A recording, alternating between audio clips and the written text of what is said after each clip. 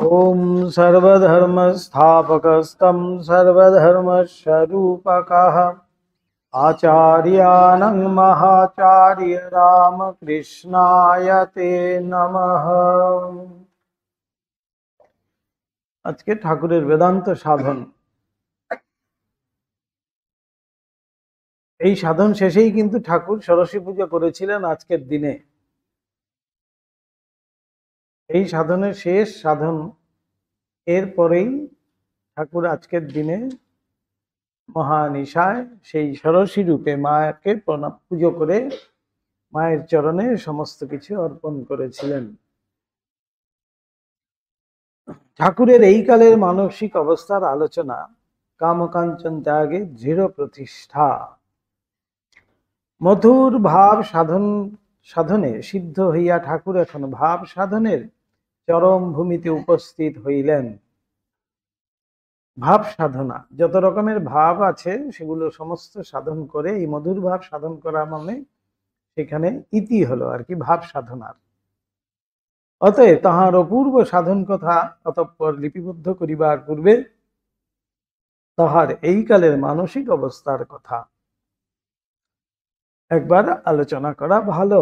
আমরা দেখিয়াছি কোনরূপ ভাব সাধনে সিদ্ধ হইতে হইলে সাধকের সংসারের রূপরসাদি ভোগ্য বিষয় সমূহকে দূরে পরিহার করিয়া উহা অনুষ্ঠান করিতে হয়।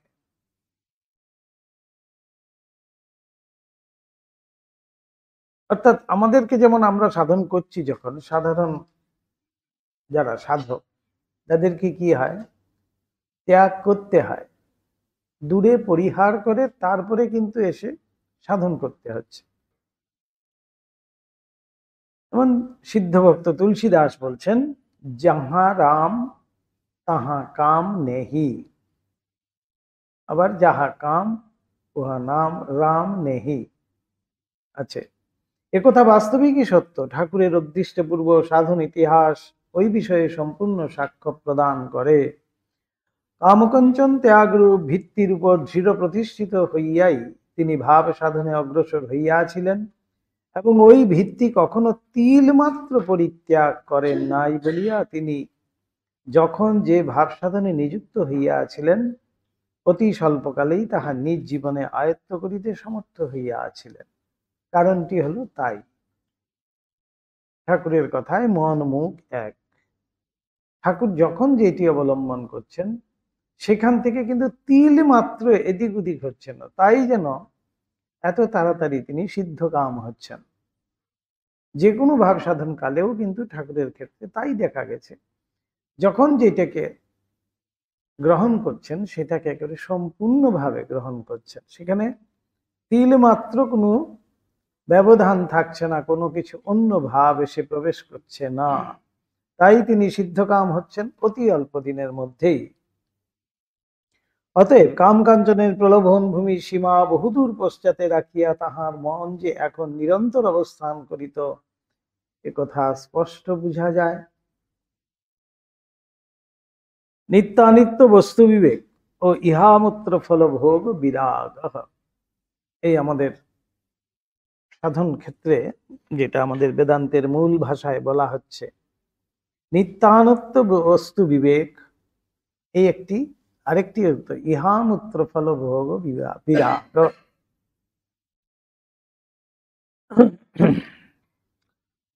বিষয় কামনা ত্যাগ পূর্বক 9 বৎসর নিরন্তর ঈশ্বর লাভে সচেষ্ট থাকায় অভ্যাস যোগে তাহার মন এখন এমন এক অবস্থায় উপনীত হইয়াছিল যে ঈশ্বর ভিন্ন অপর কোন বিষয়ে স্মরণ মনন করা উহার নিকট বিষবোধ বলিয়া প্রতীত হইত। এই 9 বৎসরে ঠাকুর এমন যেন অভ্যেস হয়ে গেছিল, কোনোভাবেই আর কোনোটাই যেন আসতো না, অভ্যেসের মতো হয়ে গেছে। ঈশ্বর লাভটাই তার কাছে যেন খুব সোজা, অন্য ভাবগুলো আশ্রয় করা, অন্য কিছুর মধ্যে ঢোকা যেন ঠাকুরের কাছে অনেক কঠিন।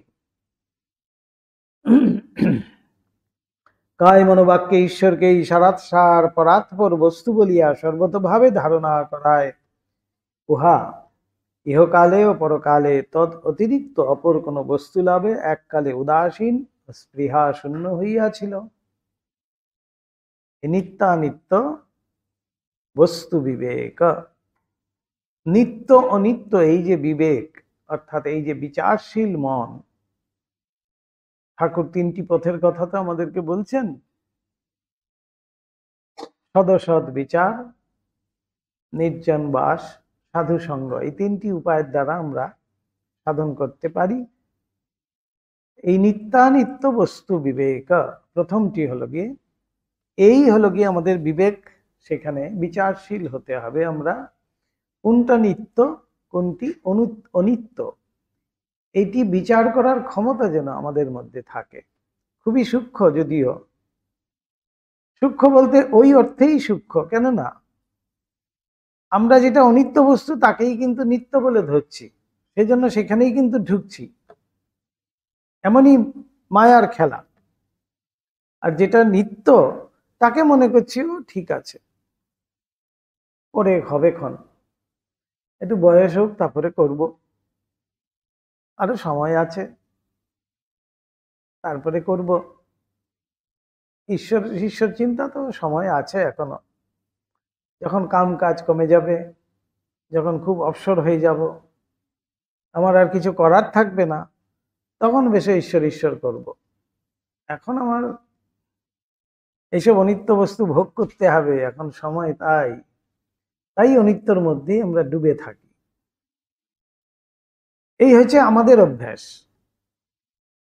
কিন্তু ঠাকুরের মধ্যে অভ্যাসটা ঠিক উল্টোটাই ছিল।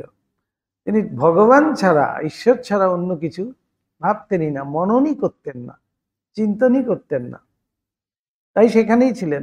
এবং সংসারের যত কিছু ছিল সব কিছুর মধ্যেই ঠাকুরের যেন স্পৃহা শূন্য ভাব, কোনো কিছুর প্রতি তার স্পৃহা ছিল না। রূপ রসাদি বাহ্য বিষয় সকল এবং শরীরের সুখ দুঃখাদি বিস্মৃত হইয়া অভীষ্ট বিষয়ের একাগ্র ধ্যানে তাহার মন এখন এত দূর অভ্যস্ত হইয়াছিল যে সামান্য আয়াসেই উহা সম্পূর্ণরূপে সমাহিত হইয়া লক্ষ্য বিষয়ে তন্ময় হইয়া আনন্দ অনুভব করিত। এমনই মনটা ঠাকুরের হয়ে গেছিল, যেন এতই সূক্ষ্ম হয়ে গেছিল, একটু যদি চিন্তা করতেন তাহলে কিন্তু সাথে সাথে ঠাকুর সেখানে একেবারে যুক্ত হয়ে যেতেন। যেই ঠাকুরকে আমরা অহরহ সমাধিস্থ অবস্থায় দেখি, কথা হচ্ছে ঈশ্বরীয় প্রসঙ্গ হচ্ছে, কোথাও একটু কিছু এমন কথা হচ্ছে সেখানে ঠাকুর চিন্তা করেই কিন্তু ঠাকুর সমাধিস্থ হয়ে গেছে। সেটা হচ্ছে কিভাবে? তাহলে সমাধিস্থ মানে সম্পূর্ণ তৎগত চিত্ত। তাই এখানে বলা হচ্ছে সমদমাদি সৎ সম্পত্তি ও মুমুক্ষুত্ব, এগুলো শর্ট সমদমাদি, এগুলোর দ্বারাই তো আমাদের মনকে ওইভাবে কন্ট্রোল করার কথা কিন্তু বলা হচ্ছে যোগে। আমাদের মুমুক্ষুত্ব তখনই আসবে, মুমুক্ষুত্ব মানেই হলো গিয়ে মুক্তির ইচ্ছা। মুক্তির ইচ্ছা বলতেই আমি নিজেকে নিজে জানা, নিজের স্বরূপকে চেনা, সেটাকেই মুক্তি বলা হচ্ছে, সেটাই কিন্তু মুমুক্ষুত্ব। তাই ঠাকুর সেখানে বলছেন যে একটু চিন্তা করলেই কিন্তু এইসব আর প্রয়োজনই হচ্ছে না, এমন অভ্যস্ত হয়ে গেছে ঠাকুরের মন যে কোথাও একটু কিছু মনে হলেই তিনি সেই যে পরম আনন্দ, সেই আনন্দ অনুভব করতেন। দিন মাস বৎসর একে একে অতিক্রান্ত হইলেও উহার ওই আনন্দের কিছুমাত্র বিরাম হইত না, এবং ঈশ্বর ভিন্ন জগতে অপর কোনো লব্ধব্য বস্তু আছে বা থাকিতে পারে ইহা চিন্তার উদয় উহাতে ক্ষণিকের জন্য উপস্থিত হইত না। আমার কাছে লভ্য বস্তু, আমার কাছে প্রাপ্তব্য আর কিছু আছে বলে তিনি ভাবতেনই না। ঠাকুরের এমনই মানসিক অবস্থা হয়ে গেছে, ঈশ্বর ভিন্ন আমার কাছে আর অন্য কিছুই দরকার নেই। তাই কোনো কিছুই আর ঠাকুরকে জোর করে যেন ঠাকুরকে ত্যাগ করতে হচ্ছে না। পরিশেষে ঈশ্বর নির্ভরতা ও দর্শন জন্য ভয় শূন্যতা আসছে। পরিশেষে ঠাকুরের মনে জগৎ কারণের প্রতি গতি ভর্তা প্রভু সাক্ষী নিবাস শরণম হৃদি সুহৃদ বলিয়া একান্ত অনুরাগ। গীতায় আছে তো, গতির ভর্তা প্রভু সাক্ষী নিবাস শরণম সুহৃদ বলিয়া একান্ত অনুরাগ, বিশ্বাস ও নির্ভরতার এখন সীমা ছিল না। তিনি একমাত্র গতি আমার। তমেব মাতা পিতা ত্বমেব, ত্বমেব বন্ধুশ্চ সখা ত্বমেব, ত্বমেব বিদ্যা দ্রবিণম ত্বমেব, ত্বমেব সর্বম মম দেব দেব। আমরা গুরু প্রণামে তো বলছি, কিন্তু মুখের কথা আমরা কিন্তু বুলি বুলি শেখানোর মতো আমরা বলে যাচ্ছি। ত্বমেব সর্বম মম দেব দেব বলছি, বলেই কিন্তু আমি ভাবছি যে আমার আমার আমার আমার। যদি তুমি আমার সব হয়ে থাকো, তাহলে সেখানে আমার তো কিছু থাকছে না। এইখানে গতির ভর্তা প্রভু সাক্ষী নিবাস শরণম সুরহিত, তিনি একমাত্র সুরহিত আমার, তিনি একমাত্র বন্ধু আমার। গীতায় তো তাই বলছেন, তাই বলছেন। সেইটি ভেবেই ঠাকুর যেন একান্ত অনুরাগ, বিশ্বাস, নির্ভরতার এখন সীমা ছিল না। উহাদিকে সহায় তিনি যে এখন আপনাকে তাহার সহিত সব প্রেম সম্বন্ধে কেবলমাত্র নিত্যযুক্ত দেখিতেন, তাহা নহে।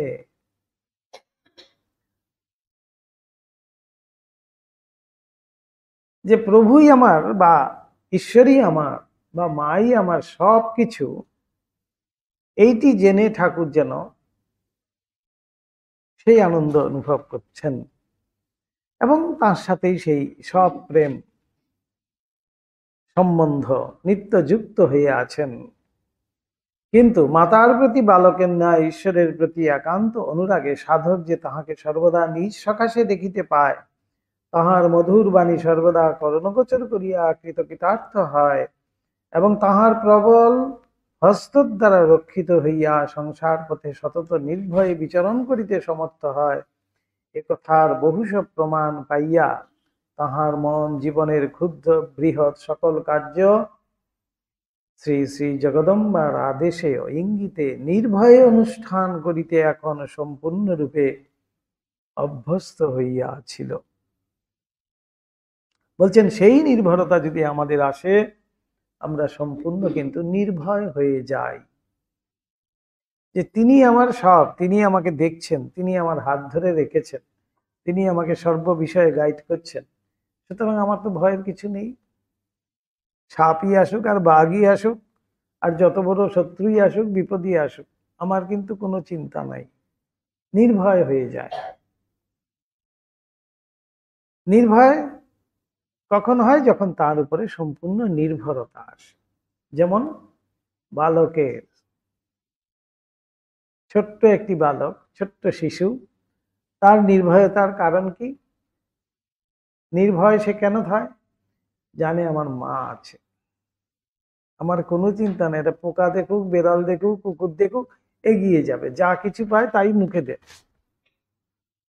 কেন? জানে মা আছে তো।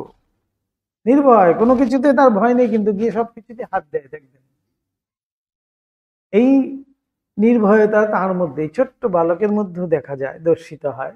আর এইরকম উচ্চ ভাব সম্পন্ন সাধকের মধ্যেও সেই নির্ভরতা যখনই আসবে, নির্ভয়তাও আসবে।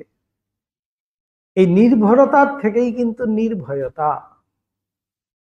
সম্পূর্ণ যখন আমরা তার উপরে নির্ভর করব, তখন কিন্তু আমাদের আর সেই ভয়ও থাকবে না। আমি জানবো যে তিনিই তো আমাকে চালনা করছেন। আমার আবার ভুল পথ কোথায়? আমি তো ভুল পথে যাচ্ছি না। আমি যাচ্ছি না সেটা বলারও কিন্তু কেউ থাকছে না। কিন্তু কেন? সেখানে আমি থাকছে না। তুমি যন্ত্রী, আমি যন্ত্র, যেমন চালাও তেমনি চলি, যেমন বলাও তেমনি বলি। যখন যন্ত্র হয়ে যায়, যন্ত্র তো কখনো বলেনি আমি চলছি। যন্ত্রী তাকে যেমন চালাচ্ছে, সে কিন্তু তেমনি চলছে। তাই যন্ত্রের কিন্তু কোনো অহংকার থাকে না, অর্থাৎ সেই আমিত্ব থাকে না। ঠিক সেইভাবেই সাধক যখন সেই পর্যায়ে পৌঁছবে, তখন তার আমিত্ব লোপ পায়, তখনই সে সম্পূর্ণ নির্ভয় হয়। এই জন্যই বলছেন যে সমস্ত কিছু জগদম্বার আদেশে ইঙ্গিতে তিনি যেন সব করছেন, এইটি জেনেই সে নির্ভয় হয়ে যান। প্রশ্ন উঠিতে পারে, জগৎ কারণকে ঐরূপে স্নেহময়ী মাতার ন্যায় সর্বদা নিজ সমীপে পাইয়া ঠাকুর আবার সাধন পথে নিযুক্ত হইয়াছিলেন কেন? এটি তো আমাদের প্রশ্ন হতে পারে। মাকে নিত্য দর্শন করছেন, মায়ের সাথে সঙ্গ করছেন, মা তাকে দেখা দিচ্ছেন, কথা বলছেন, সর্ব বিষয় তাকে বুঝিয়ে দিচ্ছেন, তাহলে আবার ঠাকুর কেন তাহলে সাধন করতে যাচ্ছেন? প্রশ্ন হতে পারে, খুবই যুক্তিযুক্ত। যাহাকে লাভ করিবার জন্য সাধকের যোগ তপস্যাদি সাধনের অনুষ্ঠান, তাহাকেই যদি পরম আত্মীয় রূপে প্রাপ্ত হইলাম, তবে আবার সাধন কিসের জন্য? তাই তো, ভগবানকে পাওয়ার পরে আবার কেন ভগবানকে পাওয়ার সাধন করছি? একটু কনফিউজ তো আমরা, কনফিউজিং এগুলো। কিন্তু ওই কথার উত্তর আমরা পূর্বে একভাবে করিয়া আসিলেও তৎসম্বন্ধে অন্য একভাবে এখন দু চারিটি কথা বলছেন। ঠাকুরের শ্রী পদপ্রান্তে বসিয়া তাহার সাধন ইতিহাস শুনিতে শুনিতে, এই লীলা প্রসঙ্গকার শারদানন্দজি বলছেন, তার পাদদেশে বসে তিনি যেমন তার শ্রীমুখে বলেছেন সাধন ইতিহাস, সেইভাবেই কিছুটা আমরা এবার এখানে তুলে ধরছি, তার মুখ থেকে শোনা। শুনিতে শুনিতে আমাদিগের মনে ঐরূপ প্রশ্নের উদয় হইয়াছিল এবং উহা প্রকাশ করিতেও সংকুচিত হই নাই। বলে আমরাও সেই প্রশ্ন করেছিলাম তাকেই, যে আপনি কেন সাধন করেছিলেন? তদুত্তরে তিনি তখন আমাদিগকে যাহা বলিয়াছিলেন তাহাই এখানে বলিব বলছেন। ঠাকুর বলিয়াছিলেন, সমুদ্রের তীরে যে ব্যক্তি সর্বদা বাস করে, তাহার মনে যেমন কখনো কখনো বাসনার উদয় হয়, রত্নাকরের গর্ভে কত প্রকার রত্ন আছে তাহা দেখি, তেমনি মাকে পাইয়া এবং মার কাছে সর্বদা থাকিয়াও আমার তখন মনে হইত, অনন্ত ভাবময়ী অনন্ত রূপিণী, তাহাকে নানা ভাবে ও নানা রূপে দেখিব। মা, আমাকে একঘেয়ে করিস না, ছুটকে সাধু করিস না। ঠাকুর তো মায়ের কাছে প্রার্থনা করছেন, আমি ঝালে ঝোলে অম্বলে সবই খাবো, একঘেয়ে কেন হব? বলছেন সমুদ্রের তীরে যে বাস করে, তার তো কখনো ইচ্ছা বাসনা জাগতে পারে যে সমুদ্র গর্ভে কত কি রত্ন আছে একবার দেখি তো, তাই সমুদ্রে একবার ডুব দিতে তারও তো মন চায়। ঠিক তেমনি অনন্ত ভাবময় এই যাকে আমি দেখছি, তার কি সেই অনন্ত ভাব, কি কি ভাব সব আছে, এগুলো আমি একটু দেখতে চাই। না, আমি এক জায়গায় বসে বাগানটি দেখছি খুব ভালো করে, আবার মনে হচ্ছে না, বাগানটি পুরো ঘুরে ঘুরে দেখি তো কোথায় কি গাছ আছে, কোথায় কি ফল লাগিয়েছে, কোথায় কি ফল ফুলে আছে, কোথায় কোথায় কি ফুল ফুটে আছে, একবার ঘুরে ঘুরে দেখি। এমনটি বাসনা তো আমাদের হয়। ঠিক সেই রকমই ঠাকুর বলছেন, এমন এই হলো গিয়ে বাসনা।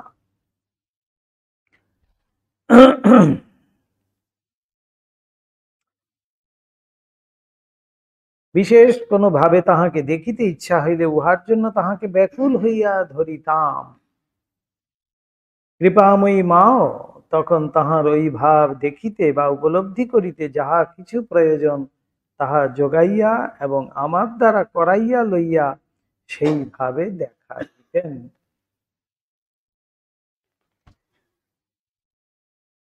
আমি বেদা গম পুরাণে করিলাম কত খোঁজ তালাশি। আছে তো গানে, কি সুন্দর। আমি বেদ গম আগম বেদাগম পুরাণে করিলাম কত খোঁজ তালাশি। ওই যে কালী কৃষ্ণ শিবরাম সকল আমার এলোকেশী, তিনি সব খোঁজ করেছেন, সব জায়গায় যে যেইভাবে দেখতে চেয়েছেন মা কিন্তু সেইভাবেই সমস্ত জোটপাটও করিয়েছেন। উপযুক্ত সাধককেও সেখানে গুরু হিসাবে নিয়ে এসছেন, তারপরে ঠাকুরকে দিয়ে সেই সাধন করিয়েছেন, এবং সাধন শেষে কি দেখছেন? ঠাকুর সেই একই, সেই ব্রহ্মময়ী মা, মাই আমার সব। সে যে ঘটে ঘটে বিরাজ করেন, ইচ্ছাময়ীর ইচ্ছা যেমন, শিব জেনেছেন কালীর মর্ম, অন্যকে বা জানে তেমন। কালীকে ঠাকুর বলতে গিয়ে তাই বলছিলেন গান গেয়ে। তাই তখন মা কিন্তু মাকে ধরে বসতাম, বলছে মাকে ধরে বসতাম আমি, যে মা তোমার এই ভাব আমি দেখব।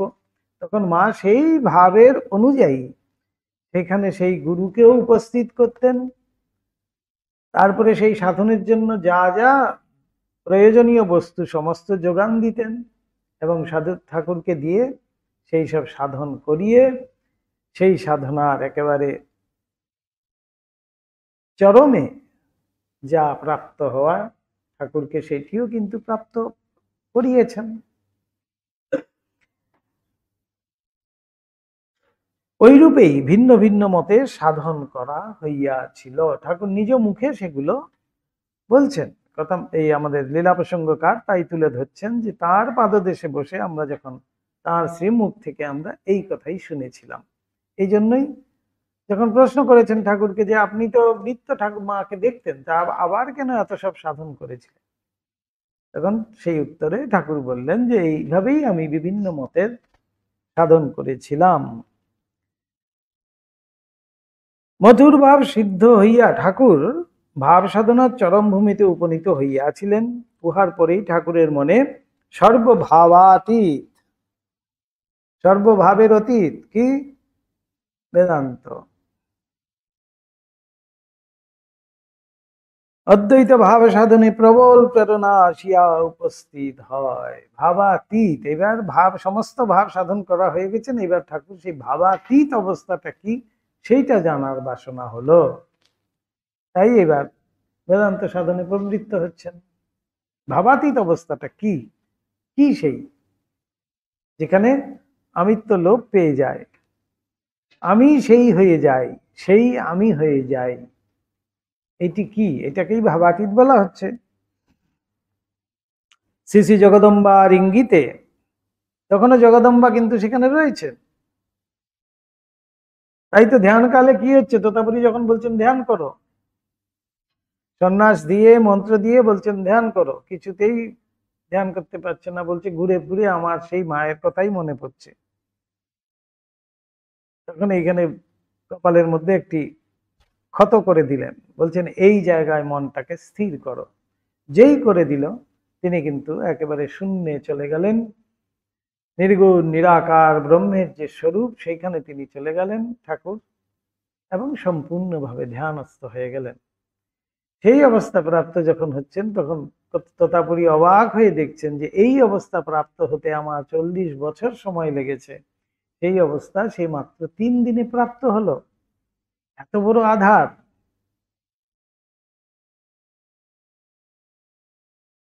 সেই জগদম্বার ইঙ্গিতে ওই প্রেরণা তাহার জীবনে কিরূপে উপস্থিত হইয়াছিল এবং কিরূপেই বা তিনি এখন শ্রী শ্রী জগন্মাতার নির্গুণ নিরাকার নির্বিকল্প তুরীয় রূপের সাক্ষাৎ উপলব্ধি করিয়াছিলেন, তাহাই এখন আমরা পাঠককে বলিতে প্রবৃত্ত হইব। আমরা এখন সেই জানব তুরীয় অবস্থা, ভাবাতীত অবস্থা, নির্গুণ নিরাকার নির্বিকল্প অবস্থা, সেইখানে পৌঁছানোর সেই সাধন। ঠাকুরের জননীর গঙ্গা তীরে বাস করিবার সংকল্প এবং দক্ষিণেশ্বরে আগমন। মা চন্দ্রামণি দেবী আসছেন। ঠাকুর যখন অদ্বৈত ভাবে সাধনে প্রবৃত্ত হন তখন তাহার বৃদ্ধা মাতা দক্ষিণেশ্বর কালীবাটিতে অবস্থান করিতেছেন, ওইখানেই আছেন নহবতে। তাই মা জানতে পারলে তো হবে না, তাই লুকিয়ে সেই বেদান্ত সাধন করতে হবে, কেননা সন্ন্যাস গ্রহণ রয়েছে। সন্ন্যাস গ্রহণ মা যদি জানে তখন তো হবে না, সেই জন্য লুকিয়ে সেই সন্ন্যাস গ্রহণ অনুষ্ঠান হবে।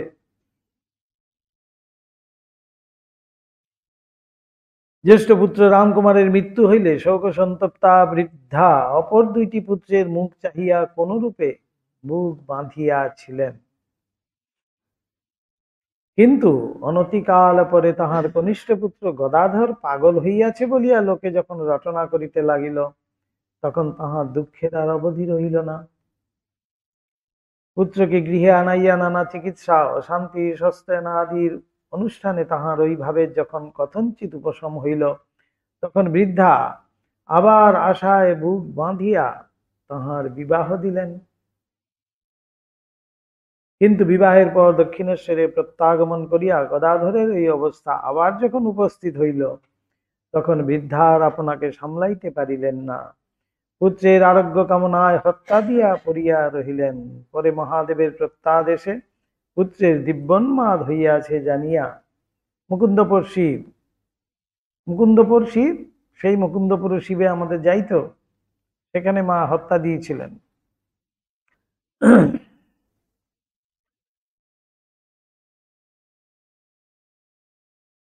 সেখানেই আশ্বস্তা হইলেও তিনি উহার অনতিকাল পরে সংসারে বিতরাগ হইয়া দক্ষিণেশ্বরে পুত্রের নিকটে উপস্থিত হইলেন এবং জীবনের অবশিষ্ট কাল ভাগীরথী তীরে যাপন করিবেন বলিয়া দৃঢ় সংকল্প করিলেন। সেই থেকেই তিনি দক্ষিণেশ্বরে সেই গঙ্গা তীরেই বাস করছেন। কারণ যাহাদের জন্য এবং যাহাদের লইয়া তাহার সংসার করা, তাহারাই যদি একে একে সংসার ও তাহাকে পরিত্যাগ করিয়া চলিল, তবে বৃদ্ধ বয়সে তাহার আর উহাতে লিপ্ত থাকিবার প্রয়োজন কি? তিনিও যেন মনকে এইবার তুলে নিয়েছেন চন্দ্রামণি দেবী। শ্রীযুত মথুরের অন্নমেরু অনুষ্ঠানের কথা আমরা ইতপূর্বে পাঠককে বলিয়াছি। ঠাকুরের মাতা ওই সময়ে দক্ষিণেশ্বর কালীবাটিতে উপস্থিত হইয়াছিলেন এবং এখন হইতে ১২ বৎসরান্তে তাহার শরীর ত্যাগের কালের মধ্যে তিনি কামারপুকুরে পুনর্বার আগমন করেন নাই। অতএব ঠাকুরের জটাধারী বাবাজির নিকট হইতে রাম মন্ত্রে দীক্ষা গ্রহণ এবং মধুর ভাব ও বেদান্ত ভাব প্রভৃতির সাধন যে তাহার মাতার দক্ষিণেশ্বরে অবস্থানকালে হইয়াছিল, তদ বিষয়ে সন্দেহ নাই। মায়ের উপস্থিতিতেই কিন্তু সেই সব সাধন ঠাকুর চালিয়ে যাচ্ছেন। ঠাকুরের মাতার উদার হৃদয়ের পরিচায়ক একটি ঘটনাটি তাহা দক্ষিণেশ্বরে আগমনের স্বল্পকাল পরেই উপস্থিত হইয়াছিল। মথুরবাবুর অক্ষুণ্ণ প্রভাব ছিল এবং মুক্ত হস্ত হইয়া তিনি নানা সৎকার্যের অনুষ্ঠান ও প্রভূত অন্নদান করিতেছিলেন। ঠাকুরের প্রতি তাহার ভালোবাসা ও ভক্তির অবধি না থাকায় তিনি ঠাকুরের শারীরিক সেবার যাহাতে কোনো কালে ত্রুটি না হয়, তদ বিষয়ে বন্দোবস্ত করিয়া দিবার জন্য ভিতরে ভিতরে সর্বদা সচেষ্ট ছিলেন। কিন্তু ঠাকুরের কঠোর ত্যাগশীলতা দেখিয়া তাহাকে ওই কথা মুখ ফুটিয়া বলিতে এ পর্যন্ত সাহসী হন নাই। তাহার শ্রবণগোচর হয় এরূপ স্থলে দাঁড়াইয়া তিনি ইতঃপূর্বে একদিন ঠাকুরের নামে একখানি তালুক লেখাপড়া করিয়া ঠাকুরের নামে জমি লিখে দিচ্ছেন। ঠাকুর শুনতে পান, এমনই ডিস্টেন্সে দাঁড়িয়ে দাঁড়িয়ে তিনি এইসব আলোচনা করছেন হৃদয়ের সাথে। কারণ ওই কথা কর্ণগোচর হইবা মাত্র ঠাকুর উন্মত্ত প্রায় হইয়া গালাগালি করতে শুরু করলেন।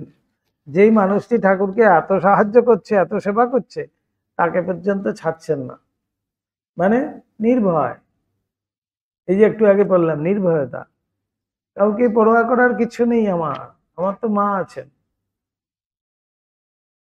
তাই যেই মথুরবাবু এত কিছু করছেন ঠাকুরের জন্য, আমাদের ক্ষেত্রে কি হয়, কেউ একটু কিছু এসে দিয়ে গেলেই হয়ে গেল, তাকে দেখা মাত্রই আমি কিন্তু গলে গেলাম।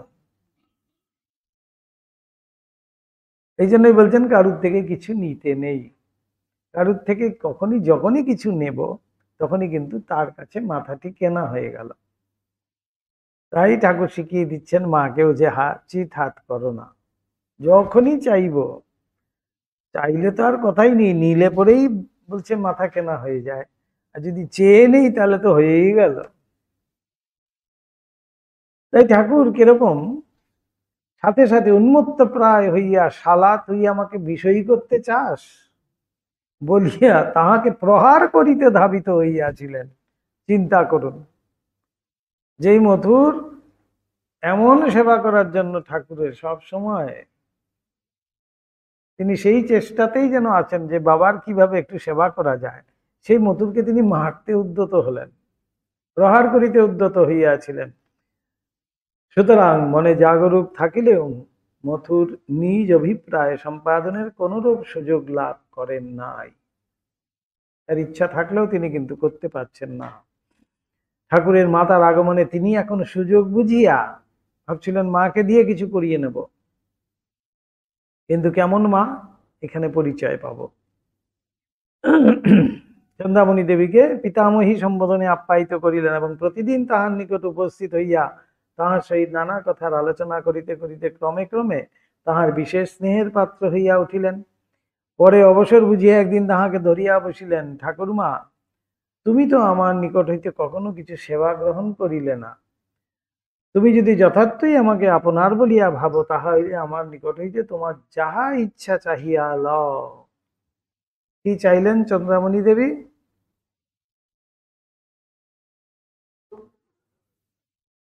2 পয়সার গোল পাতা। গোল পাতা মানে দোক্তা পাতা। তখন মথুরবাবু বলেছিলেন, এমন মা না হলে কি আর এমন ছেলে হতে পারে? মথুরের কথায় বিশেষ বিপন্না হইলেন। কি কাণ্ড দেখুন, এই মা, এমন মা না হলে বিপন্না বলছেন, চিন্তায় পড়ে গেছেন বা বিপদে পড়ে গেছে যান। এই বাপরে বাপ, এই এখন আমি কি চাইবো, আমাকে বলছেন চাইতে। অনেক খুঁজে টুজে তারপরে দেখলেন, কারণ ভাবিয়া চিন্তিয়া কোনো বিষয়ের অভাব অনুভব করিলেন না, সুতরাং কি চাহিয়া লইবেন তাহা স্থির করিয়া উঠিতে পারিলেন না। অগত্যা তাহাকে বলিতে হইল, বাবা, তোমার কল্যাণে আমার তো এখন কোনো বিষয়ের অভাব নাই, যখন কোনো জিনিসের আবশ্যক বুঝিব তখন চাহিয়া লইব। এই বলিয়া বৃদ্ধা আপনার পেঁটরা খুলিয়া মথুরকে বলিলেন, দেখিবে, এই দেখো আমার এত পরিবার কাপড় রহিয়া আছে, আর তোমার কল্যাণে এখানে খাবার তো কোনো কষ্টই নাই, সকল বন্দোবস্তই তো তুমি করিয়া দিয়াছ ও দিতেছ, তবে আর কি চাহি বলো। মথুর কিন্তু ছাড়িবার পাত্র নহে, যাহা ইচ্ছা কিছু লও বলিয়া বারংবার অনুরোধ করিতে লাগিলেন। তখন ঠাকুরের জননীর একটি অভাবের কথা মনে পড়িল। তিনি হাসিতে হাসিতে বলিলেন, যদি নেহাত দেবে, তবে আমার এখন মুখে দিবার গুলের অভাব, 1 আনার দোক্তা পাতা কিনিয়া দাও। গুল গুল দেখেছেন তো,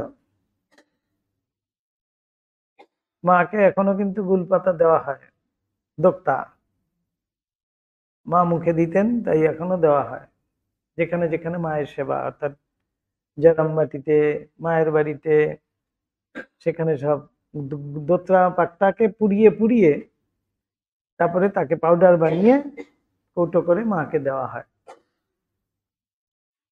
মাঝে মাঝে আমি পাই প্রসাদ, গুল পাতা, ওই দোক্তা, দোক্তা পাতাকে পুড়িয়ে ওইটা বানানো হয় গুল, ওইটাকে বলে গুল। বিষয়ী মথুরের ওই কথায় চক্ষে জল আসিল। তিনি তাহাকে প্রণাম করিয়া বলিলেন, এমন মা না হইলে কি অমন ত্যাগশীল পুত্র হয়? এই বলিয়া বৃদ্ধার অভিপ্রায় মতো দোক্তা তামাক আনাইয়া দিলেন। হলধারীর কর্মত্যাগ ও অক্ষয়ের আগমন। ঠাকুরের বেদান্ত সাধনে নিযুক্ত হইবার কালে তাহার পিতৃব্য পুত্র হলধারী দক্ষিণেশ্বর দেবালয়ে শ্রী রাধা গোবিন্দজির সেবায় নিযুক্ত ছিলেন। বয়োজ্যেষ্ঠ ছিলেন বলিয়া এবং ভাগবতাদি গ্রন্থে তাহার সামান্য ব্যুৎপত্তি ছিল বলিয়া তিনি অহংকারের বশবর্তী হইয়া কখনো কখনো ঠাকুরকে কিরূপে শ্লেষ করিতেন এবং তাহার আধ্যাত্মিক দর্শন ও অবস্থা সমূহকে মস্তিষ্কের বিকার প্রসূত বলিয়া সিদ্ধান্ত করিতেন, এবং ঠাকুর তাহাতে ক্ষুণ্ণ হইয়া শ্রী শ্রী জগদম্বাকে ওই কথা নিবেদন করিয়া কিরূপে বারংবার আশ্বস্ত হইতেন, সে সকল কথার আমরা ইতঃপূর্বে পাঠককে বলিয়াছি। হলধারী বলে দিতেন, মূর্খ, কিছুই জানিস না, তাই এমন কথা বলছিস, কিছু তো পড়াশোনা করলি না, তা শাস্ত্র কি জানবি? ঠাকুর দৌড়ে গিয়ে মায়ের কাছে বলছেন, তো মা আবার তাকে আশ্বস্ত করছেন। এগুলো তো আগে আমরা পড়ে পড়ে এসছি। হলধারীর তীব্র শ্লেষপূর্ণ বাক্যে তিনি একসময় বিষণ্ণ হইলে ভাবাবেশে এক সৌম্য মূর্তির দর্শন ভাবমুখে থাক বলিয়া প্রত্যাদেশ লাভ করিয়াছিলেন। ভাবমুখে থাক, এই ভাবমুখ, এটি একটি সম্পূর্ণ চ্যাপ্টার আছে, আমরা পাবো। ভাবমুখ একটি হলো গিয়ে অবস্থার কথা বলা হয়েছে। সেই অবস্থাতে বলা হচ্ছে, একটু যদি সংক্ষিপ্ত বলা যায়, সেই অবস্থা হলো গিয়ে যেন সাধারণ এবং সমাধিস্থ এই দুটোর মাঝামাঝি অবস্থায় যে থাকা, তাকেই বলা হচ্ছে ভাবমুখ। সাধারণ ভূমি এবং ভাবভূমি দুটো অবস্থার মাঝামাঝি যে অবস্থাতে থাকা, সেটাকেই বলা হচ্ছে ভাবমুখ। ভাবমুখ মানেই হলো গিয়ে সাধারণের দিকটাও দেখতে পাবে, আবার সমাধিস্থ অবস্থায় যে রূপটি দেখা যায় সেটাও তিনি দেখতে পাচ্ছেন ঠাকুর। তাই আমরা বিভিন্ন সময়ে, শোনা যাচ্ছে,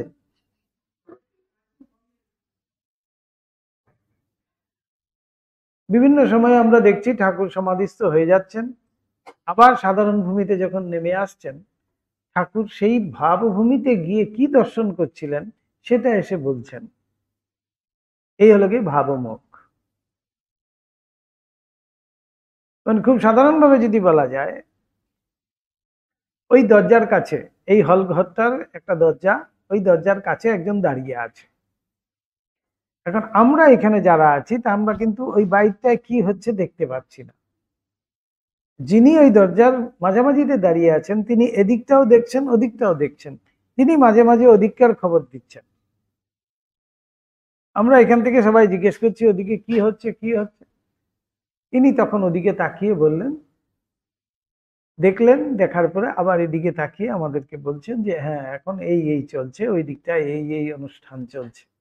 ঠাকুর যেন ঠিক সেই অবস্থাতে, সেই জায়গাটায় ঠাকুর দাঁড়িয়ে আছেন, সেটাকেই বলা হচ্ছে ভাবমুখ। সংক্ষিপ্ত আকারে যদি বলা যায়, ওই অবস্থাটাকেই কিন্তু ভাবমুখ অবস্থা বলা হচ্ছে। সাধারণ সাধকের ক্ষেত্রে সেটি সম্ভব নয়, অবতার পুরুষ বলেই সেই অবস্থা তিনি আছেন। কেন, যে কোনো সময় তিনি সাধারণ ভূমিতে নামছেন, আবার যে কোনো সময় তিনি তার ইচ্ছা মাত্রই তিনি কিন্তু সমাধিস্থ হয়ে অন্য জগতে চলে যাচ্ছেন। তাই সেখানে গিয়ে ঠাকুর আবার এসে আমাদেরকে কিন্তু কৃপা করে সেগুলো জানান দিচ্ছেন। বলছেন তো, দেখলাম সেই জ্যোতির্ময় মণ্ডলে ঢুকে পড়লাম, এই করলাম, সেই সমস্ত কিছু ঠাকুর যা যা দর্শন করছেন, আবার তিনি সাধারণ ভূমিতে নেমে এসে আমাদেরকে জানান দিচ্ছেন সেগুলো। তাই এবার ভাবমুখে থাক বলেছিলেন। বোধ হয় ওই দর্শন ঠাকুরের বেদান্ত সাধনে নিযুক্ত হইবার কিছু পূর্বে ঘটিয়াছিল, এবং মধুর ভাব সাধনের সময় তাহাকে স্ত্রী বেশ ধারণ পূর্বক রমণীর ন্যায় থাকিতে দেখিয়াই হলধারী তাহাকে আত্মজ্ঞান বিহীন বলিয়া ভর্ৎসনা করিয়াছিলেন। হলধারী খুব ভর্ৎসনা করেছিলেন যে এই কি আবার, না আমাদের কাছেও তো তাই হবে, আমাদের কাছেও সেটি কিন্তু গ্রহণীয় মনে করব না আমরা।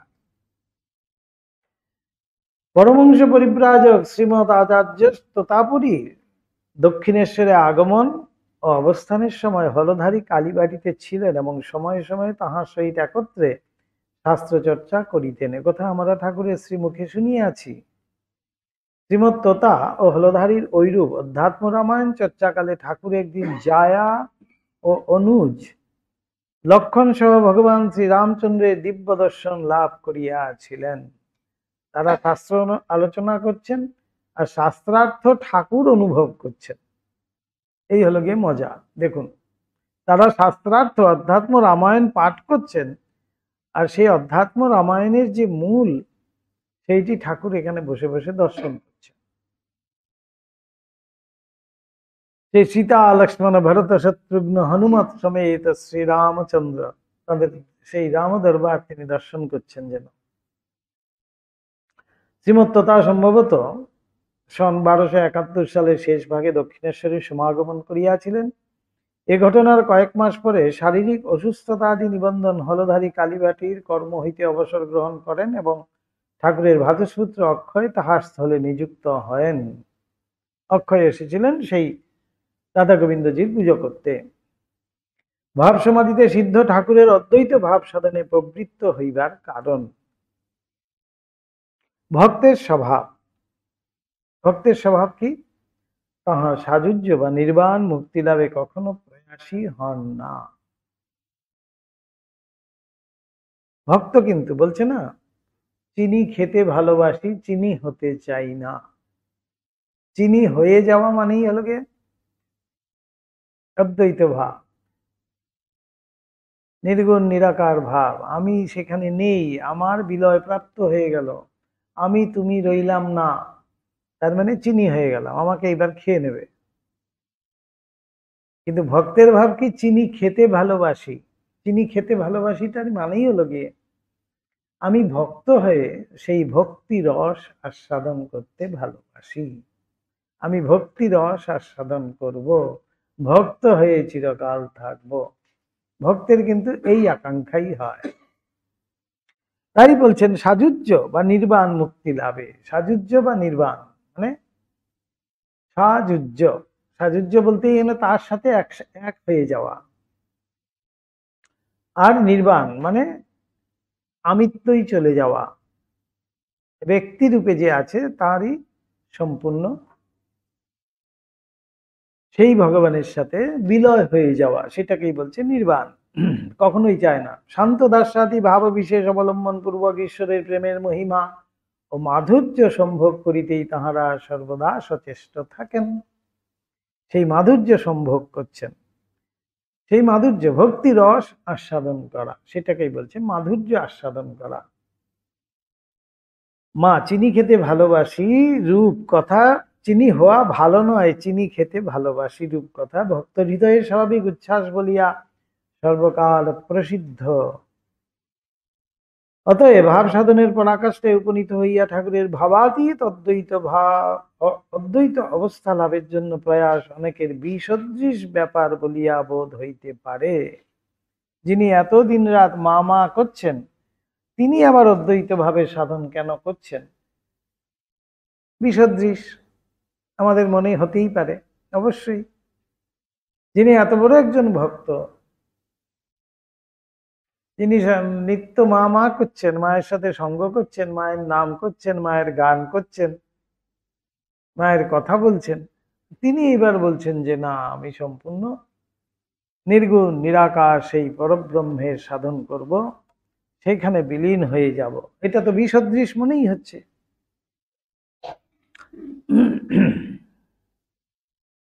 কিন্তু ঐরূপ ভাবিবার পূর্বে আমাদিকে স্মরণ করা কর্তব্য যে ঠাকুর স্বপ্রণোদিত হইয়া এখন আর কোনো কার্যের অনুষ্ঠান করিতে সমর্থ ছিলেন না।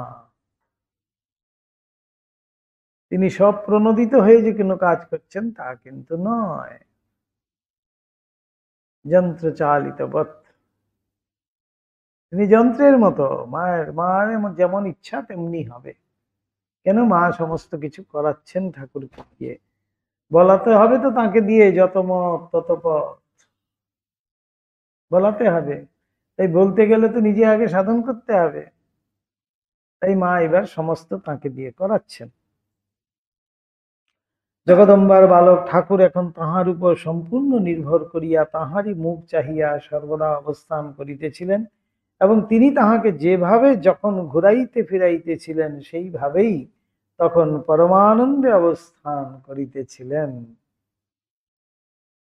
শ্রী শ্রী জগন্মাতা ওই কারণে তাহার সম্পূর্ণ ভার গ্রহণ পূর্বক নিজ উদ্দেশ্য বিশেষ সাধনের জন্য ঠাকুরের অজ্ঞাতসারে তাহাকে অদৃষ্টপূর্ব অভিনব আদর্শে গড়িয়া তুলিতেছিলেন।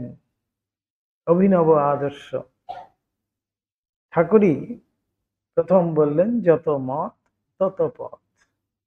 আগে আগে কি ছিল, যে আমি যেই মতটাতে বিশ্বাসী সেই মতটি অবলম্বনীয়। ঠাকুর এসে প্রথম বললেন, না, যত মত তত পথ। বাজার একটি, বাজারে যাওয়ার পথ অনেক। সেই ভগবান এক, তার কাছে পৌঁছানোর পথও অনেক। তাই কোনো পথই কিন্তু বেঠিক সেটা বলা যাবে না, সব পথই ঠিক আছে। শুধু উদ্দেশ্য, সেই পথের গন্তব্য আমাদের কিন্তু সেইখানটায়, একই জায়গায় গিয়ে আমরা সবাই মিলছি। এই উপমা দিতে গিয়ে বলছেন, বিভিন্ন জায়গা দিয়ে নদীগুলো আসছে, তার গন্তব্য কিন্তু সেই সমুদ্র।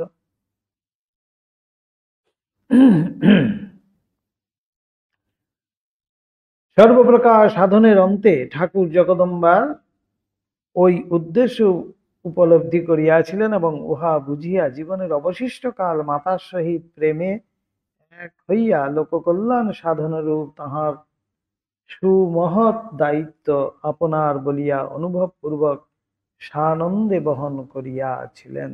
এ মায়ের ইচ্ছা, মা যেমনটি চাইবেন তেমনটি হবে।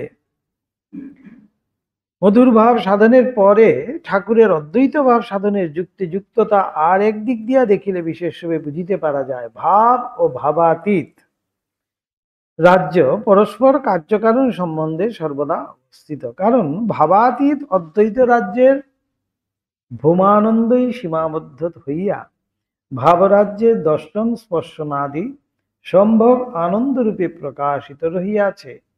অতএব মধুরভাবে পরাকাষ্ঠা লাভে ভাবরাজ্যের চরম ভূমিতে উপনীত হইবার পরে ভাবাতীত অদ্বৈত ভূমি ভিন্ন অন্য কোথায় আর তাহার মন অগ্রসর হইবে। মধুর ভাব সাধনকালে সেই পরাকাষ্ঠা বলছেন অতি উচ্চ ভাব, মধুর ভাব, তারও পরাকাষ্ঠা ঠাকুর প্রাপ্ত হয়েছেন। এইবার সেই ভাবাতীত অবস্থা লাভের জন্যই যেন তিনি অগ্রসর হচ্ছেন, সে ছাড়া আর কোথাও যাওয়ার নেই। শ্রী শ্রী জগদম্বার ইঙ্গিতেই যে ঠাকুর এখন অদ্বৈত ভাব সাধনে অগ্রসর হইয়াছিলেন, এ কথা আমরা আগেই বলছি। সাগর সঙ্গমে স্নান ও পুরুষোত্তম ক্ষেত্রে শ্রী শ্রী জগন্নাথ দেবের সাক্ষাৎ প্রকাশ দর্শন করিবেন বলিয়া পরিব্রাজকাচার্য শ্রীমৎ তোতাপুরী এই কালে মধ্য ভারত হইতে যদৃচ্ছা ভ্রমণ করিতে করিতে বঙ্গে আসিয়া উপস্থিত হন। পুরী যাওয়ার কালে এখানে সাগরের সঙ্গমে গিয়ে স্নান করবেন আর পুরীতে যাবেন যদৃচ্ছা। এদিক এদিক ঘুরতে ঘুরতে পরিব্রাজক তো ঘুরতে ঘুরতেই বঙ্গে আগমন করলেন। পুণ্যতোয়া নর্মদা তীরে বহুকাল একান্তবাসপূর্বক সাধন ভজনে নিমগ্ন থাকিয়া তিনি ইতঃপূর্বে নির্বিকল্প সমাধিপথে ব্রহ্ম সাক্ষাৎকার করিয়াছিলেন। এ কথার পরিচয় তথাকার প্রাচীন সাধুরা এখনো প্রদান করিয়া থাকেন। ব্রহ্মবিদ ছিলেন। ব্রহ্মজ্ঞ হইবার পরে তাহার মনে কিছুকাল যদৃচ্ছা পরিভ্রমণের সংকল্পে উদিত হয় এবং উহার প্রেরণায় তিনি পূর্ব ভারতে আগমন পূর্বক তীর্থ হইতে তীর্থান্তরে ভ্রমণ করিতে থাকেন। আত্মারাম পুরুষ দিগের সমাধি ভিন্ন কালে বাহ্য জগতের উপলব্ধি হইলেও উহাকে ব্রহ্ম বলিয়া অনুভব হইয়া থাকে। তারা ঘুরছেন ঠিকই, কিন্তু সবই ব্রহ্মময় তিনি দর্শন করছেন, সেই হিসাবেই তারা ঘুরছেন। মায়াকল্পিত জগৎ অন্তর্গত বিশেষ বিশেষ ব্যক্তি, দেশ, কাল ও পদার্থে উচ্চাবচ্চ ব্রহ্ম প্রকাশ উপলব্ধি করিয়া তাহারা ওই কালে দেবস্থান তীর্থ সাধু দর্শনে প্রবৃত্ত হইয়া থাকেন। অতএব ব্রহ্মজ্ঞ তোতার তীর্থ দর্শনে প্রবৃত্ত হওয়া বিচিত্র নহে। পূর্বোক্ত তীর্থোদয় দর্শনান্তে ভারতের উত্তর পশ্চিমাঞ্চলে ফিরিবার কালে তিনি দক্ষিণেশ্বরে আগমন করিয়াছিলেন। 3 দিবসের অধিক কাল এক স্থানে যাপন করা তাহার নিয়ম ছিল না। 3 রাত্রের বেশি তিনি কোথাও বাস করতেন না। এইখানে এসে সব অন্যরকম হয়ে গেল। ওই জন্য কালীবাড়িতে তিনি দিবসত্রয় মাত্র অতিবাহিত করিবেন স্থির করিয়াছিলেন। শ্রী শ্রী জগদম্বা তাহার জ্ঞানের মাত্রা সম্পূর্ণ করিয়া দিবেন বলিয়া, এই যে উদ্দেশ্য দেখুন, তিনি শুধু ঠাকুরের গুরু হয়ে এসছেন তা কিন্তু নয়, এখানে ঠাকুর আবার গুরু, পরস্পর। শ্রী শ্রী জগদম্বা বলছেন শ্রী শ্রী জগদম্বা তাকেও সম্পূর্ণতা প্রাপ্ত করাবেন, তোতাপুরীকে তার জ্ঞানের মাত্রা সম্পূর্ণ করবেন। সেই জন্যই তোতাপুরীকে সেখানে নিয়ে এসছেন। সেই জটাধারীর ক্ষেত্রেও তাই, ভৈরবী ব্রাহ্মণের ক্ষেত্রেও তাই, এই তোতাপুরীর ক্ষেত্রেও তাই। তাই ঘুরে ফিরে সেই দক্ষিণেশ্বরে নিয়ে আসছেন মা, কিন্তু সেই জ্ঞানের মাত্রা সম্পূর্ণ করিয়া দিবেন বলিয়া এবং তাহার দ্বারা নিজ বালককে বেদান্ত সাধন করাইবেন বলিয়া যে তাহাকে এখানে আনয়ন করিয়াছেন, এ কথা তাহার তখন হৃদয়ঙ্গম হয় নাই। তোতাপুরী ভেবেছিলেন আমি নিজে এসছি হয়তো, পরে কিন্তু সেটি মেনেছিলেন। কালীবাড়িতে আগমন করিয়া তথাপরি প্রথমেই ঘাটে সুবৃহৎ চাঁদ নিতে আসিয়া উপস্থিত হন। ঠাকুর তখন তথায় অন্যমনে একপাশে বসিয়াছিলেন। তাহার তৌপদীপ্ত ভাবোজ্জ্বল বদনের প্রতি দৃষ্টি পড়িবা মাত্র শ্রীমত্ততা আকৃষ্ট হইলেন। ঠাকুরকে দেখা মাত্রই এবং প্রাণে প্রাণে অনুভব করিলেন ইনি সামান্য পুরুষ নহেন, বেদান্ত সাধনের এরূপ উত্তম অধিকারী বিরল দেখিতে পাওয়া যায়। যে যেই মতের সেই মত দিয়ে তো দেখে, সেই দৃষ্টি দিয়ে দেখে। তো একজন শাক্ত কিরকম দেখবে, যে শক্তি উপাসক কিনা, শক্তির প্রতি কিরকম শ্রদ্ধাশীল কিনা, সেই হিসাবে কিন্তু যে শাক্ত তাকে কিন্তু সেই দৃষ্টি দিয়ে দেখবে। একজন বৈষ্ণব কিভাবে দেখবে, সে শ্রীকৃষ্ণের প্রতি তার সেই ভক্তি আছে কিনা, শ্রীকৃষ্ণ দর্শন অভিলাষী কিনা, সে কিন্তু সেই দৃষ্টি দিয়ে দেখছে। বৈষ্ণব যেহেতু, বা শৈব যে, সে শিব উপাসক কিনা, শিবকে কিরকম ভাবে পুজো করে, শিবকে ঠিক ভালোবাসে কিনা, শৈব যে সে ঠিক সেইভাবে। বেদান্ত ঠাকুরের এই রূপ দেখেই বলছেন এমন উচ্চ অধিকারী আর হতে পারে না বেদান্তের, বেদান্ত সাধনের জন্য। ঠাকুরকে দেখেই তথাপরি কিন্তু বুঝে গেলেন।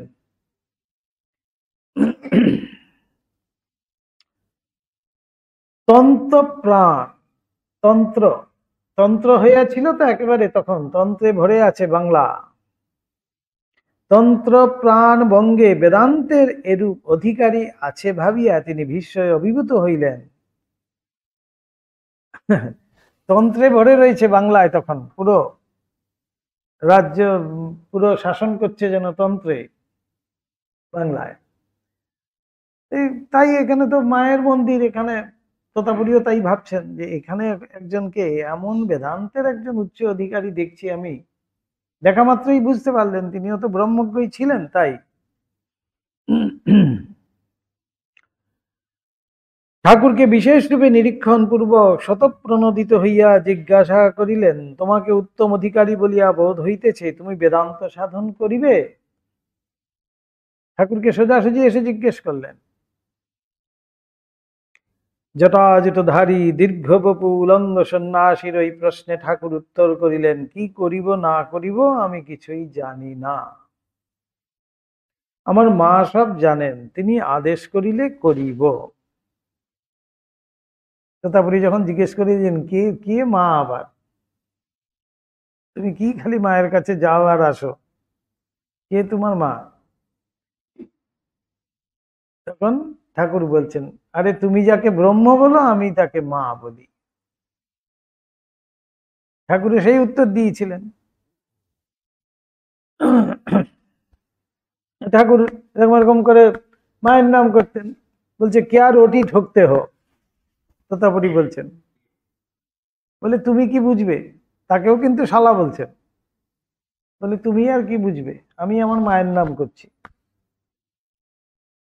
আবার সেই আগেকার দিনের ধারা ছিল, ঠাকুর তোতাপুরীর নাম নিতেন না, বলতেন ন্যাংটা, গুরুর নাম নিতে নেই বলে। এই এই হলো সম্বোধন গুরুর, কি কাণ্ড দেখুন, ঠাকুরও কত রসিক তাহলে। এই হলো সম্বোধন, গুরুর নাম নিতে নেই, তাই গুরুকে নাম দিয়েছেন ন্যাংটা। শ্রীমত্ততা এবার বলছেন, তবে যাও তোমার মাকে ওই বিষয়ে জিজ্ঞাসা করিয়া আইসো। তোতা কিন্তু তোতাপুরি ভেবেছিলেন যে মা, অর্থাৎ নবতে যে মা আছেন ঠাকুরের গর্ভধারিণী মা, তাই তিনি বলেছেন, মন্দিরের মায়ের কথা কিন্তু বলেননি। কারণ আমি এখানে দীর্ঘকাল থাকিব না, 3 দিন মাত্র থাকবেন তো সংকল্প করেছিলেন।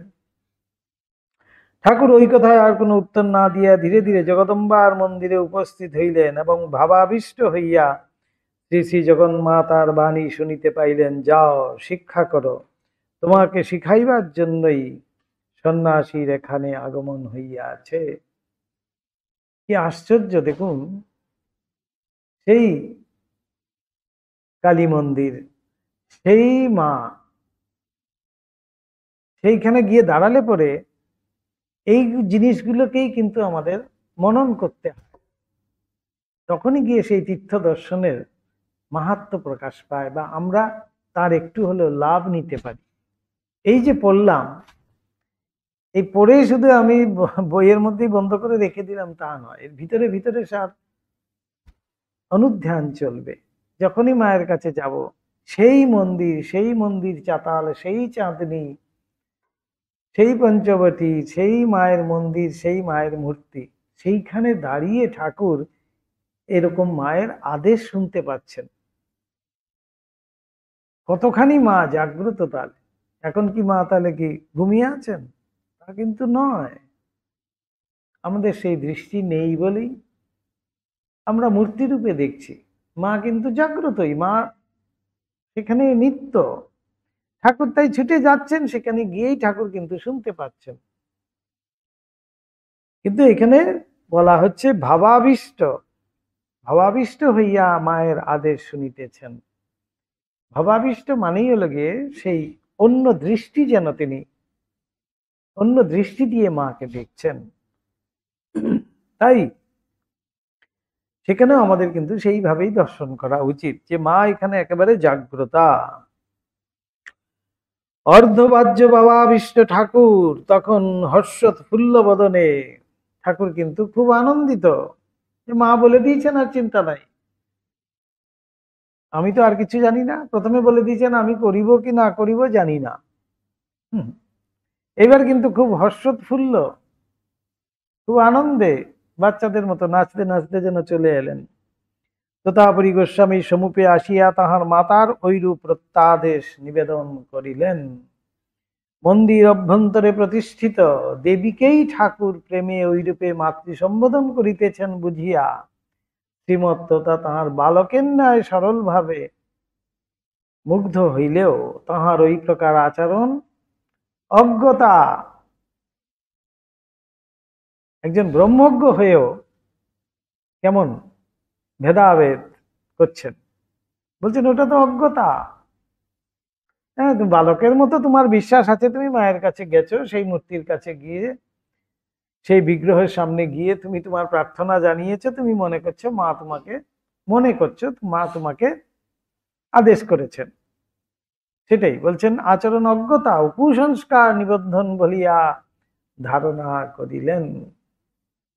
ওইরূপ সিদ্ধান্তে তাহার অধর প্রান্তে করুণা ও ব্যঙ্গ মিশ্রিত একটু মুচকি হাসি, বলে না একটু টেরা হাসি, সেরকম একটা হাসি হেসেছেন আর কি। ও আচ্ছা, সেই মা, এরকম একটা ভাব আর কি। আচ্ছা ঠিক আছে, এ কথা আমরা অনুমান করিতে পারি, কারণ শ্রীমত্ত তার তীক্ষ্ণ বুদ্ধি বেদান্তোক্ত কর্মফলদাতা ঈশ্বর ভিন্ন অপর কোন দেব দেবীর নিকট মস্তক অবনত করিত না, এবং ব্রহ্ম ধ্যান পরায়ণ সংযত সাধকের ঐরূপ ঈশ্বরের অস্তিত্ব মাত্রে শ্রদ্ধাপূর্ণ বিশ্বাস ভিন্ন কৃপা প্রার্থী হইয়া তাহাকে ভক্তি উপাসনাদি করিবার প্রয়োজনীয়তা স্বীকার করিত না। বেদান্তবাদী যারা, তারা কোনো বিগ্রহ সেবা করবে না, ভগবানের ওই রূপে অস্তিত্ব তারা কখনো ভাববে না। একমাত্র ব্রহ্ম হলেন গিয়ে সেই নির্গুণ নিরাকার পরব্রহ্ম, তিনি সর্বনিয়ন্তা, তিনি কর্তা, অন্য কিছুর জন্য নয়। আমরা সেইভাবে ভগবানের কাছে গিয়ে প্রণাম করব না, প্রার্থনা করব না, নতমস্তক করব না। এই ভাবটি বেদান্তবাদীদের মতে। তারা নির্গুণ নিরাকারে বিশ্বাসী, ভগবানের কোনো আকার হতে পারে না, সেই মহাশক্তির পরব্রহ্মস্বরূপ তিনি, তার কোনো আকার হতে পারে না। এইভাবেই ব্রহ্ম ধ্যান পরায়ণ, ব্রহ্ম ধ্যান পরায়ণ মানেই হলো গিয়ে সবসময় নিরাকারে ধ্যান যুক্ত, ব্রহ্ম ধ্যান করছে। ব্রহ্মের কি রূপ? ঠাকুর বলছেন ব্রহ্ম কি মুখে বলা যায় না, তাই ব্রহ্ম এটো হয়নি, বলছেন বাকি সব এটো হয়ে গেছে। তাই বলছেন ভক্তি ও উপাসনাদি করিবার প্রয়োজনীয়তাই স্বীকার করে না বেদান্তবাদীরা যারা। শুষ্ক বেদান্তবাদী মানেই হলো কি একটু শুষ্ক ধরনের ভাবে, কাঠখোট্টা, খালি বিচার করবে, তর্ক করবে, এই হলো বেদান্তবাদী। আর ত্রিগুণময়ী ব্রহ্মশক্তি মায়া, সেও কিন্তু এখানে প্রকৃতিকে বলা হচ্ছে, তিনিও ত্রিগুণময়ী ব্রহ্মশক্তি, তিনি হলেন গিয়ে মায়া। গোস্বামীজি উহাকে ভ্রমমাত্র বলিয়া ধারণা করিয়া উহার ব্যক্তিগত অস্তিত্ব স্বীকারের বা উহার প্রসন্নতার জন্য উপাসনার কোনরূপ আবশ্যকতা অনুভব করিতেন না। এটা ভ্রম। ফলত অজ্ঞান বন্ধন হইতে মুক্তি লাভের জন্য সাধকের পুরুষকার অবলম্বন ভিন্ন, ঈশ্বর বা শক্তি সংযুক্ত ব্রহ্মের করুণা ও সহায়তা প্রার্থনার কিঞ্চিত মাত্র সাফল্য তিনি প্রাণে অনুভব করিতেন না, এবং যাহারা ঐরূপ করে তাহারা ভ্রান্ত সংস্কার বশত করিয়া থাকে বলিয়া সিদ্ধান্ত করিতেন। বলে মায়ার কাছেও কিছু চাইতে হবে না, ওটা তো ভ্রম মাত্র, মায়াটাই তো মায়া। আমি যে ভাবছি মায়া, সেটাই তো একটা মায়া, তাহলে ভ্রম, তাহলে তার কাছে আবার কি চাইতে হবে, তার করুণা কেন ভিক্ষা করতে হবে? আমি যা করতে হবে আমার পুরুষকার বলেই আমি কিন্তু সেই জায়গায় পৌঁছবো। এটাই বেদান্তবাদীদের মত, এবং তোতাপুরীরও কিন্তু সেই মতই ছিল। সে যাহা হোক, তাহার নিকটে দীক্ষিত হইয়া জ্ঞান মার্গে সাধনে প্রবৃত্ত হইলে ঠাকুরের মনের পূর্বোক্ত সংস্কার অচিরে দূর হইবে ভাবিয়া তোতা তাহাকে ওই সম্বন্ধে আর কিছু এখন না বলিয়া অন্য কথার অবতারণা করিলেন এবং বলিলেন, বেদান্ত সাধনে উপদিষ্ট প্রবৃত্ত হইবার পূর্বে তাহাকে শিখাসূত্র পরিত্যাগ পূর্বক যথাশাস্ত্র সন্ন্যাস গ্রহণ করিতে হইবে। বেদান্তের সম্পূর্ণ যদি অধিকারী হও, বেদান্ত যদি সাধন করতেই চাও, তাহলে তোমাকে শিখাসূত্র ত্যাগ করে সন্ন্যাস গ্রহণ করতে হবে, না হলে কিন্তু বেদান্ত সাধনের অধিকারী বলা যাবে না। ঠাকুরকে প্রথম এই দিয়ে দিলেন ক্রাইটেরিয়া, এই ক্রাইটেরিয়া ফুলফিল করতে হবে প্রথমে, তারপরে তোমাকে আমি শিক্ষা দেব। তোতাপুরী কিন্তু ধরে নিলেন যে এইসব কুসংস্কার টংস্কার যা আছে মায়ের কাছে ছুটে ছুটে যাচ্ছে, এগুলো আমার কাছে দীক্ষা টিক্ষা নেবে, সাধন করবে, সব কেটে যাবে। তোতাপুরী নিজে নিজে এইসব ভাবছেন। ঠাকুর উহাতে স্বীকৃত হইতে কিঞ্চিত ইতস্তত করিয়া বলিলেন, গোপনে করিলে যদি হয় তাহা হইলে সন্ন্যাস গ্রহণ করিতে তাহার কিছুমাত্র আপত্তি নাই। গোপনে কেন? মা আছেন, চন্দ্রামণি দেবী, কিন্তু প্রকাশ্যে ঐরূপ করিয়া তাহার শোক সন্তপ্তা বৃদ্ধা জননীর প্রাণে বিষম আঘাত প্রদান করিতে তিনি কিছুতেই সমর্থ হইবেন না। গোস্বামীজি উহাতে ঠাকুরের ঐরূপ অভিপ্রায়ের কারণ বুঝিতে পারিলেন এবং উত্তম কথা, শুভ মুহূর্ত উপস্থিত হইলে তোমাকে গোপনেই দীক্ষিত করিব বলিয়া পঞ্চবটী তলে আগমন পূর্বক আসন বিস্তীর্ণ করিলেন। এবার আসন পেতে তোতাপুরী বসে পড়লেন, তাহলে আমি ঠিক ঠিক সময়ে তোমাকে ডেকে নেব।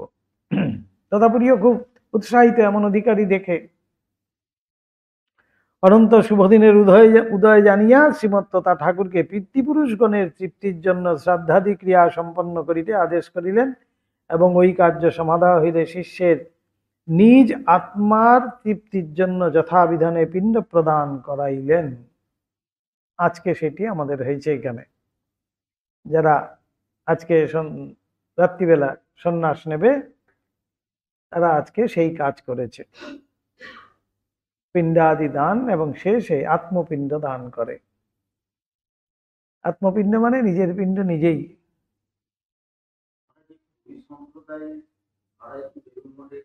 হ্যাঁ, আত্মপিণ্ড, নিজের পিণ্ড নিজেই চটকাও, এই হলো কথা। বলে আর কারো পিন্ডি চটকাতে হবে না, কথায় কথায় বলে না পিন্ডি চটকে দেবো, আমাদের নিজের পিন্ডি নিজেই চটকানো হয়ে গেছে, এই আর কি।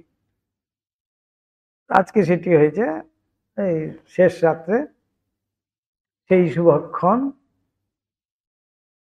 সেই ব্রহ্ম মুহূর্তে, অর্থাৎ 3:30 থেকে শুরু হবে। সূর্যাস্তের আগে আগেই সব শেষ হয়ে যাবে। আড়াইটার থেকে আমরা আড়াইটাই যাব সেই সময়। যাই হোক, এবার সেই সব করালেন ঠাকুরকে দিয়ে পিণ্ডদান আদি। কারণ বলছেন, কারণ সন্ন্যাস দীক্ষা গ্রহণের সময় হইতে সাধক ভূরাদি সমস্ত লোকপ্রাপ্তির আশা অধিকার নিঃশেষে বর্জন করেন বলিয়া শাস্ত্র তাহাকে তৎপূর্বে আপন প্রেতপিণ্ড আপনি প্রদান করিতে বলিয়াছেন। আত্মশ্রাদ্ধ পর্যন্ত করে নিতে হয়। এ কি কম সৌভাগ্যের কথা? নিজের শ্রাদ্ধ নিজে করা, এর থেকে বড় সৌভাগ্য আর কিছু নেই। কিন্তু শুনতে বড় খারাপ লাগে। অনেকেই তখন সেই সময় কিন্তু খুব ইমোশনাল হয়ে পড়ে, চোখে জল আসবে নিশ্চয়ই। কিন্তু এত একটা কত জন্ম জন্মান্তরের সংস্কার, এই জন্মে শুধু নয়, জন্ম জন্মান্তরের সংস্কার, সেটি আজকে সমস্ত ছিন্ন হচ্ছে। এই আত্মপিণ্ড যখন দেওয়া হচ্ছে তখন সেটি কিন্তু এত সহজে হয় না। আত্মপিণ্ড দেওয়ার সময় সত্যি ভীষণই একটা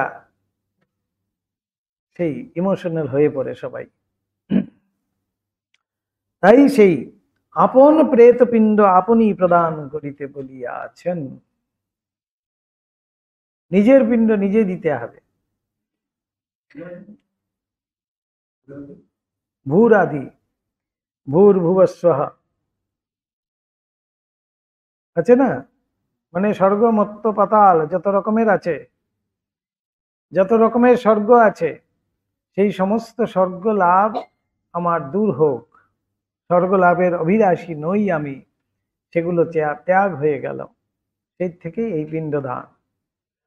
ঠাকুর যখন যাহাকে গুরুপদে বরণ করিয়াছেন তখন নিঃসংকোচে তাহাকে আত্মসমর্পণ পূর্বক তিনি যে রূপ করিতে আদেশ করিয়াছেন অসীম বিশ্বাসের সহিত তাহা অনুষ্ঠান করিয়াছেন।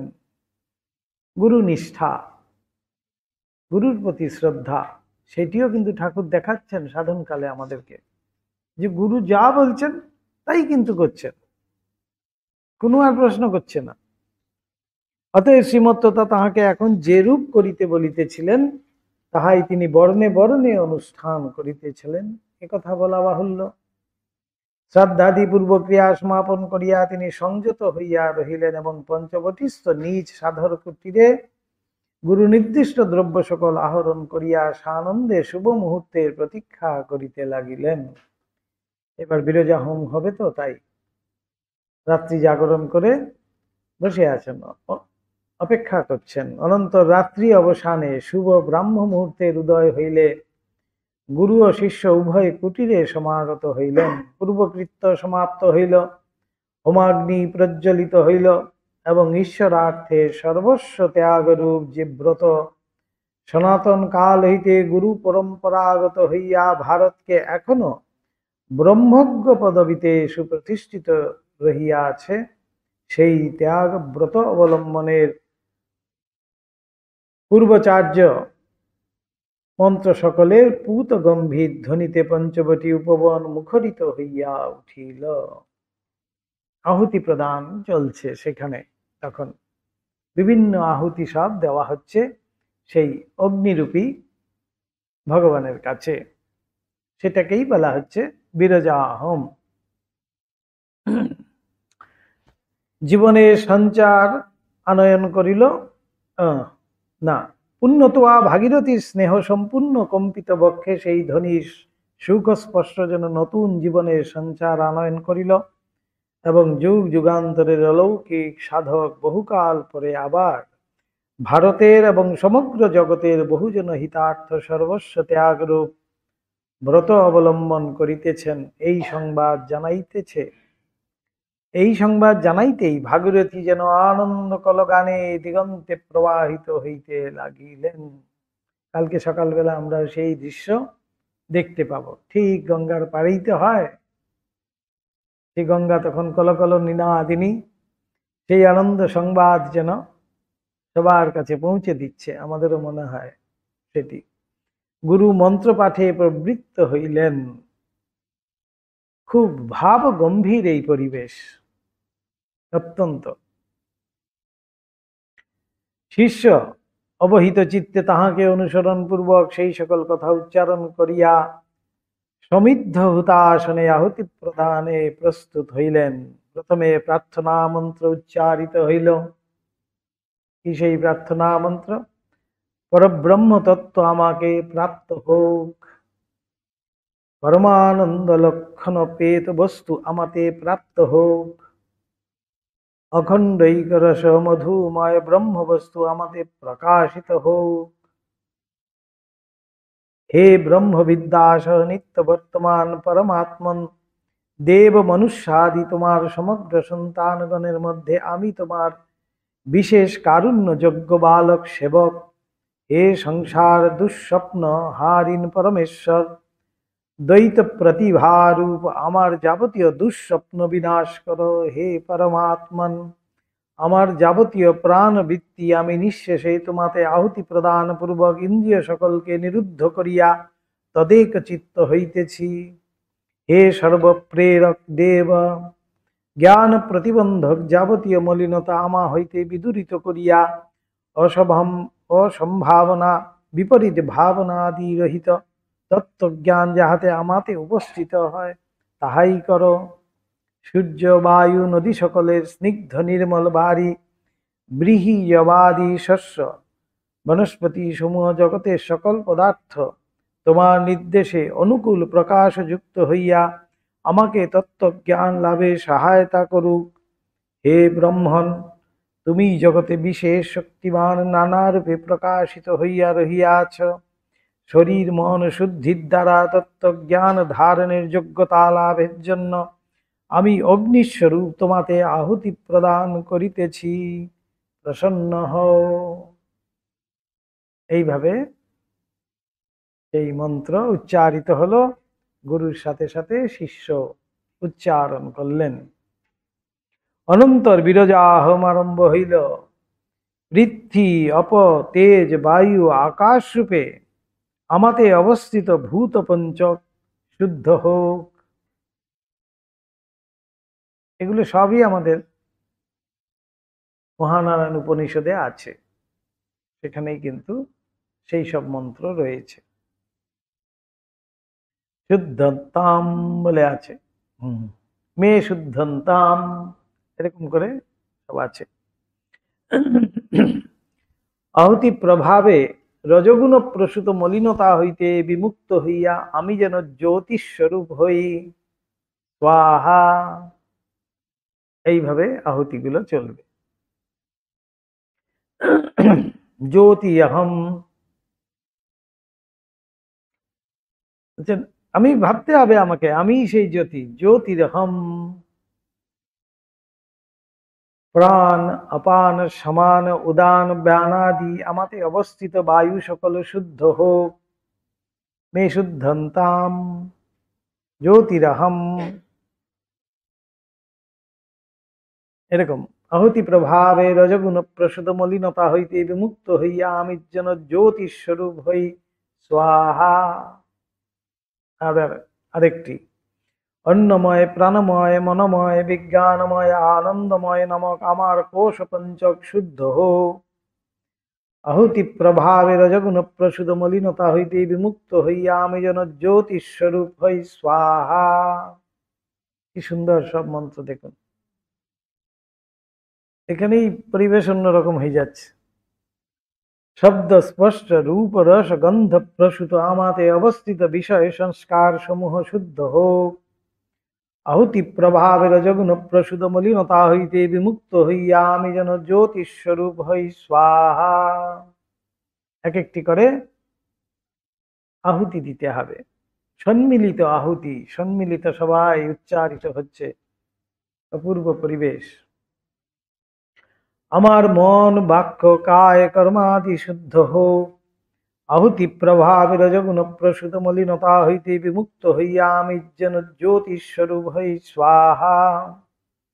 হে অগ্নি শরীরে শয়ান, জ্ঞান প্রতিবন্ধ হরণ কুশল লোহিতাক্ষ পুরুষ জাগরিত হও।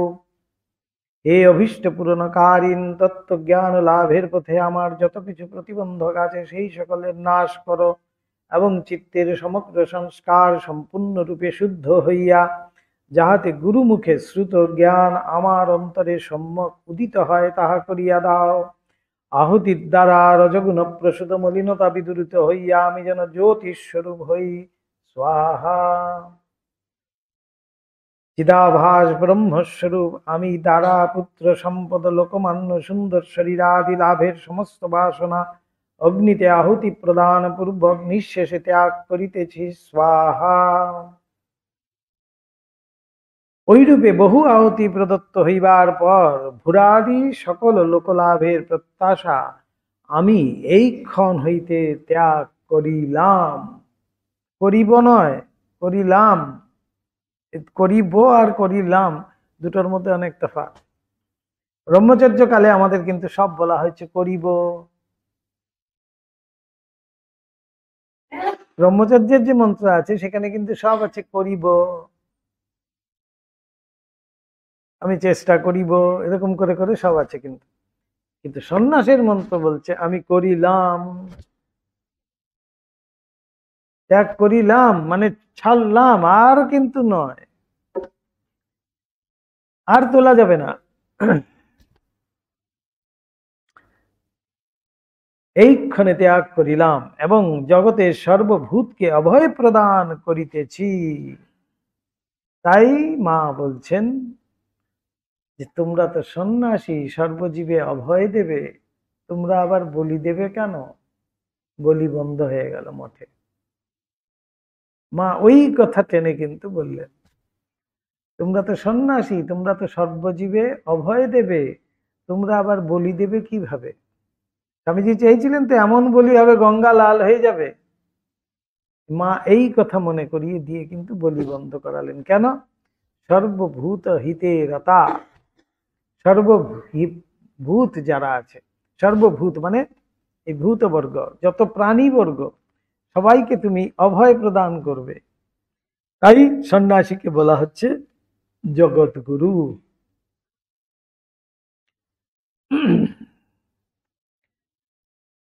জগতের সর্বভূতকে অভয় প্রদান করিতেছি বলিয়া হোম পরিসমাপ্তি হইল। এই শেষ এখানে। এরপরে অনন্তর শিখা শূদ্র যজ্ঞ উপবীত যথাবিধানে আহুতি দিয়া আবহমান কাল হইতে সাধক পরম্পরা নিষেবিত গুরু প্রদত্ত কৌপিন কাষায় ও নামে ভূষিত হইয়া ঠাকুর শ্রীমত্ততার নিকটে উপদেশ গ্রহণের জন্য প্রবিষ্ট হইলেন।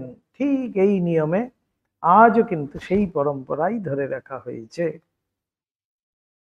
সমস্ত কিছু ত্যাগ করে গুরুর সামনে বসে বলতে হবে যে এইবার আমাদের অবলম্বন কি। তখন গুরু বলবেন এই তোমার কাপড়, এই তোমার অবলম্বন, এই তোমার নাম, এই নতুন জীবন লাভ করল। সম্পূর্ণ আলাদা হয়ে গেল। তার শিখা সূত্র, তার আর কোনো পরিচয় রইল না। গুরু সকাশে আমরাও কিন্তু ঠিক সেইভাবে গিয়ে বসতে হবে, গুরুর কাছে মিনতি করতে হবে যে আমি সব ত্যাগ করেছি, এইবার আমার কি উপায় বলুন, এবার আমার আগের পথ নির্দেশিত হোক। গুরুর কাছে প্রার্থনা জানাবো, গুরু তখন কৃপা করে আমাদেরকে সেই মন্ত্র প্রদান করবেন, সেই বস্ত্র প্রদান করবেন, সেই নাম প্রদান করবেন। এই নতুন জন্ম। তাই তার নিকটে উপদেশ গ্রহণের জন্য ঠাকুর কিন্তু ঠিক সেইভাবে গিয়ে বসলেন, উপবিষ্ট হইলেন। অনন্তর ব্রহ্মজ্ঞ তথা ঠাকুরকে এখন বেদান্ত প্রসিদ্ধ নেতি নেতি উপায় অবলম্বন পূর্বক ব্রহ্মস্বরূপে অবস্থানের জন্য উৎসাহিত করিতে লাগিলেন। বলিলেন, নিত্য শুদ্ধ বুদ্ধ মুক্ত স্বভাব দেশ কালাদির দ্বারা সর্বদা অপরিচ্ছন্ন একমাত্র ব্রহ্মবস্তুই নিত্য সত্য। অঘটন ঘটন পটিয়সী মায়া নিজ প্রভাবে তাহাকে নামরূপের দ্বারা খণ্ডিতবৎ প্রতীত করাইলেও তিনি কখনো বাস্তবিক ওই রূপ নহেন। কারণ সমাধিকালে মায়াজনিত দেশ কাল বা নামরূপের বিন্দু মাত্র উপলব্ধি হয় না। অতএব নামরূপের সীমার মধ্যে যাহা কিছু অবস্থিত তাহা কখনো নিত্য বস্তু হইতে পারে না। তাই নাম রূপের পারে যেটারই নাম আছে সেটাই কিন্তু অনিত্য, যার নাম নেই সেই হলো গিয়ে নিত্য। তাহলে ব্রহ্মের তো কোনো নাম নেই, তাই ব্রহ্মই হলো গিয়ে একমাত্র নিত্য। এইভাবে বিচার করে করে তোমাকে ঠিক করতে হবে, এটার নাম আছে, এটার নাম আছে, এটার নাম আছে, এটার নাম আছে, তাই অনিত্য, তাই ত্যায্য।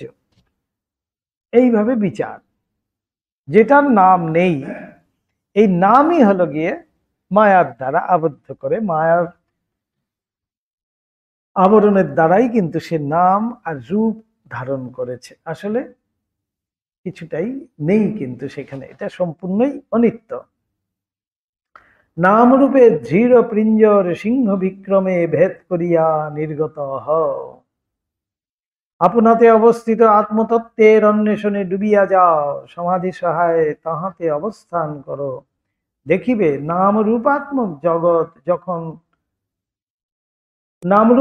জগৎ তখন কোথায় লিপ্ত হইবে। ক্ষুদ্র আমি জ্ঞান বিরাটে লীন ও স্তব্ধীভূত হইবে এবং অখণ্ড সচ্চিদানন্দকে নিজ স্বরূপ বলিয়া সাক্ষাৎ প্রত্যক্ষ করিবে। আমি বলে সেখানে কেউ থাকছে না, এই বেদান্তের মূল শিক্ষা। তাই বলছেন তৎ-ত্বং আসি, তুমি সেই হও। এখানে একমাত্র সিংহ বিক্রমে সেই ধীর পিঞ্জর বলছে ছেদন করতে হবে, মায়ার ধীর পিঞ্জর ছেদন করিয়া ভেদ করিয়া নির্গত হও। যে জ্ঞান অবলম্বনে এক ব্যক্তি অপরকে দেখে জানে বা অপরের কথা শোনে তাহা অল্প বা ক্ষুদ্র, যাহা অল্প তাহা তুচ্ছ, এইভাবে বিচার। তাহাতে পরমানন্দ নাই। কিন্তু যে জ্ঞানে অবস্থিত হইয়া এক ব্যক্তি অপরকে দেখে না, জানে না বা অপরের বাণী ইন্দ্রিয় গোচর করে না, তাহাই ভূমা বা মহান, তৎসহায়ে পরমানন্দে অবস্থিতি হয়। যিনি সর্বথা সকলের অন্তরে বিজ্ঞাতা হইয়া রহিয়াছেন, কোন মনোবুদ্ধি তাহাকে জানিতে সমর্থ হইবে। সর্বভূতেই আমি আছি, তাই আমার অপর কেউ নেই সেখানে। আমি আছি বলতে আমি অপরের মধ্যে আমি আছি, মানে তাই স্বামীজি সেখানেই বুঝিয়ে দিচ্ছেন আমাদের সর্বভূতে সেই প্রেমময়। সেই প্রেমময় বলতে কে, আমার মধ্যে যে প্রেমময় আরেকজনের মধ্যেও সেই প্রেমময়, মানে সেখানে কিন্তু দুই কেউ নেই, তাহলে এক প্রেমময়ই বর্তমান। তাহলে এক ভগবান, এক ব্রহ্ম ছাড়া আর কেউ নেই।